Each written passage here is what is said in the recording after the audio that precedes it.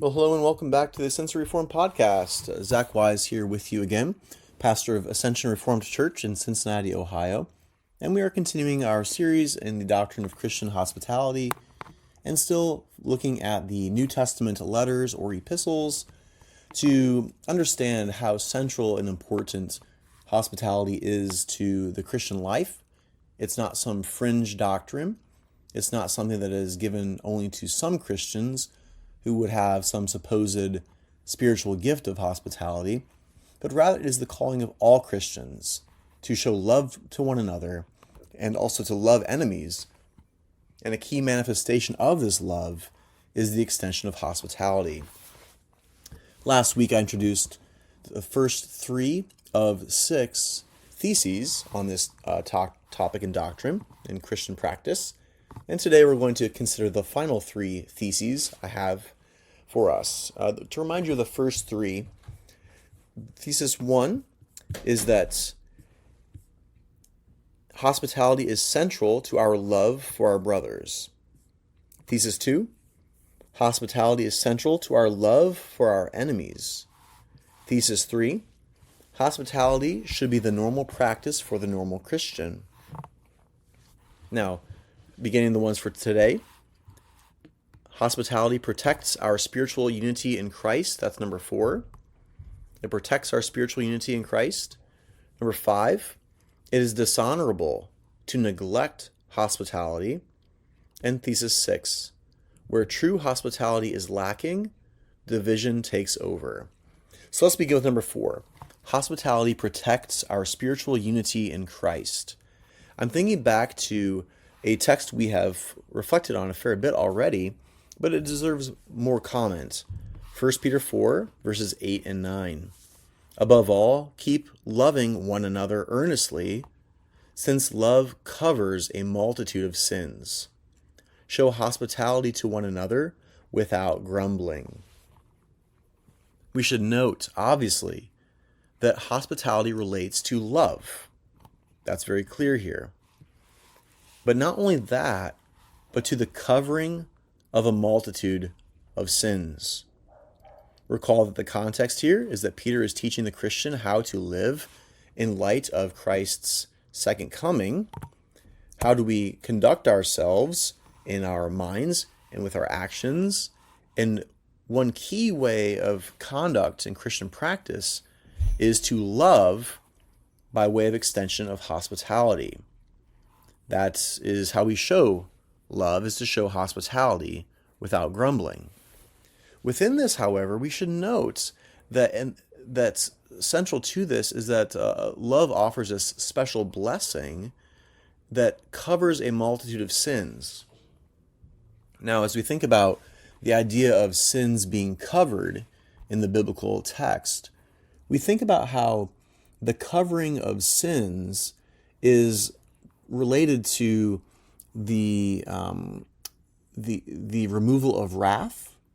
To cover sins is, we might think of Psalm 32, and that David celebrates that God has covered his sins. In other words, God will not punish him. God is no longer angry with him, with wrath toward him, because sins have been covered.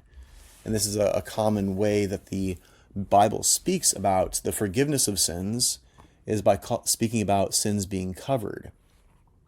And so I think that what we should understand here is that loving one another and showing hospitality to one another, it has the effect of putting away interpersonal sins.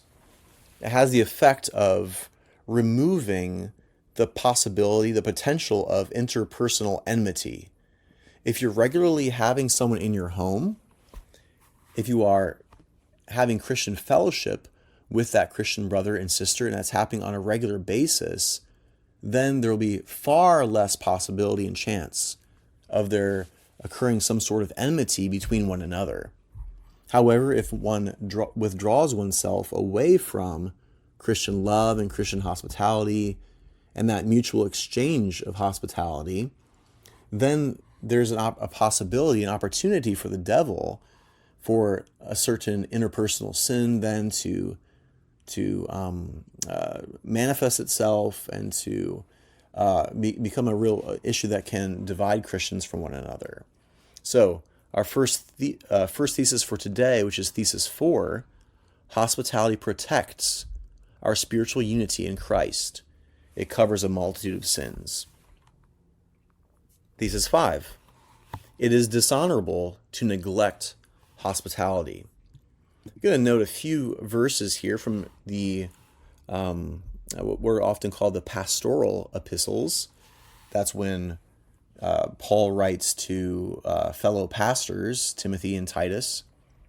1 Timothy 3, verse 2, Paul speaks about hospitality in the context of addressing elders in a church, and he writes, "Therefore an overseer must be above reproach, the husband of one wife, sober-minded, self-controlled, respectable, hospitable, able to teach." So notice there that the elder is called to a position of honor in a church, and one of the qualifications for such an esteemed position of elder is that that man must be hospitable, showing hospitality to others. If one is not a hospitable man, he may not enter into that office of elder. Titus 1 verse 8 says something very similar, talking about who may be admitted to the office of elder. One must be hospitable, a lover of good, self-controlled, upright, holy, and disciplined. Again, this is even though it's a command for all Christians, this also means that one cannot be a leader in the church unless he is observing that command and practicing hospitality regularly. A third place we would turn is to 1 Timothy chapter 5, verse 10, that a woman may be admitted into a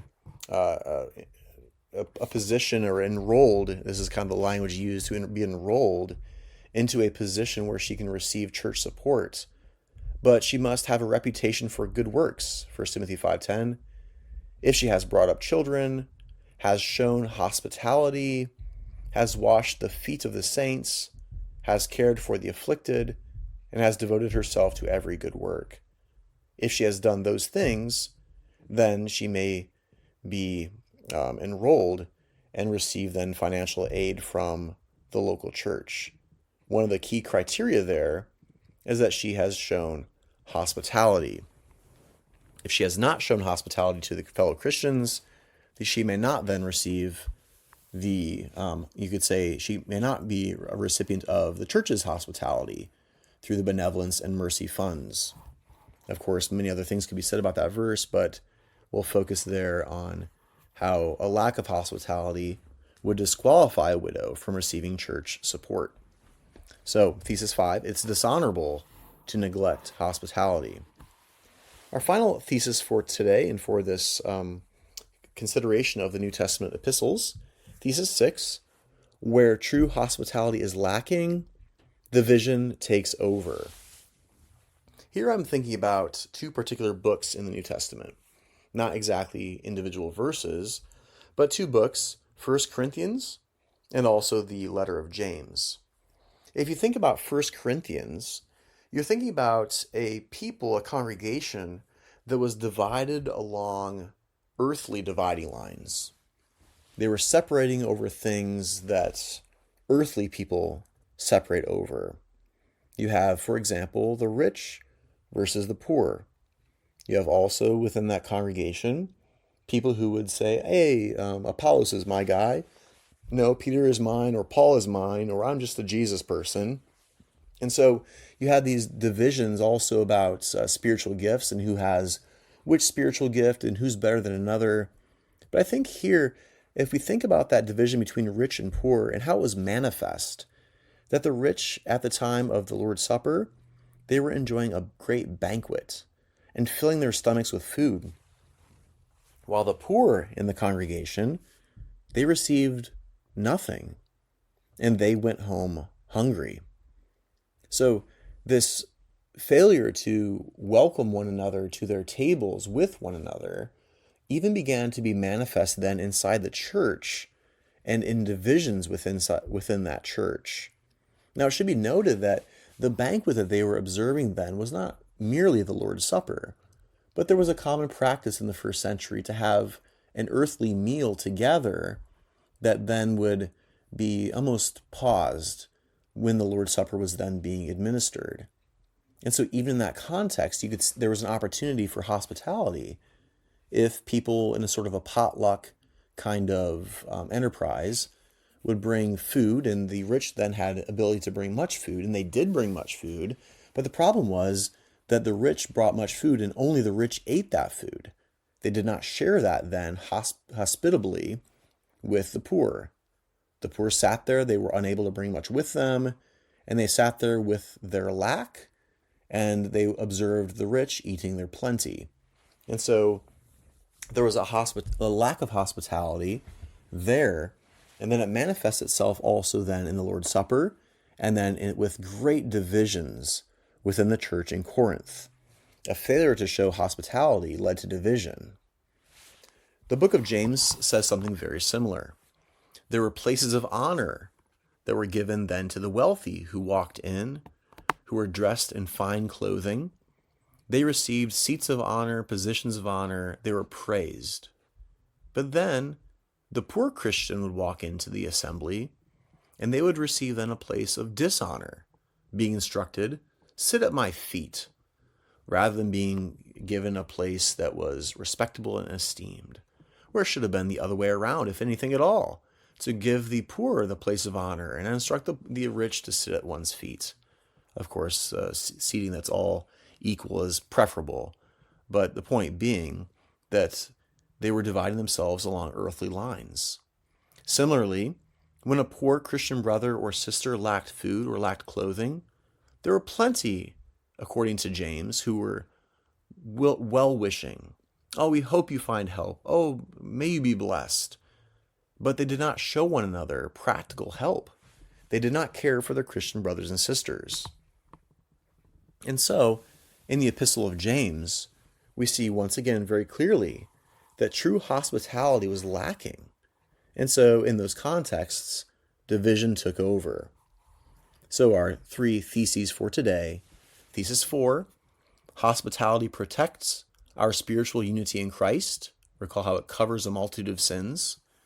Thesis 5, that it is dishonorable to neglect hospitality. And thesis 6, where true hospitality is lacking, division takes over. And so, before we move on to some more practical matters in the upcoming weeks, just to note, hospitality is not some fringe practice. It is at the heart of Christian love for one another. It's at the heart of how Christians ought to love our enemies. The failure to show hospitality is connected with divisions in the local church. These things can tear a church apart as sin can fester and as earthly divisions become manifest and bring about spiritual divisions. Hospitality that's shown without grumbling is a loving practice, though. It's a unifying practice. It is a protective practice. It is a practice that covers over the possibility of enmity because we sit down with one another, we eat and drink with one another, and as we sit across the table with someone who could be a stranger, we restore and encourage fellowship, and then we affirm that our Christian brother and sister are indeed family with us. I hope this has been another helpful episode on the practice of Christian hospitality. Do reach out if you have any questions about this or have ideas for future episodes. We would love to hear from you. Once again, this is the Cincy Reformed podcast. You can find other episodes at cincyreformed.org. Check out our church, Ascension Reformed Church. We do not yet have our new website up and running, but you can still find us at westsidereformed.org, and soon that will be ascensionreformed.org. Thanks and have a great week. Bye-bye.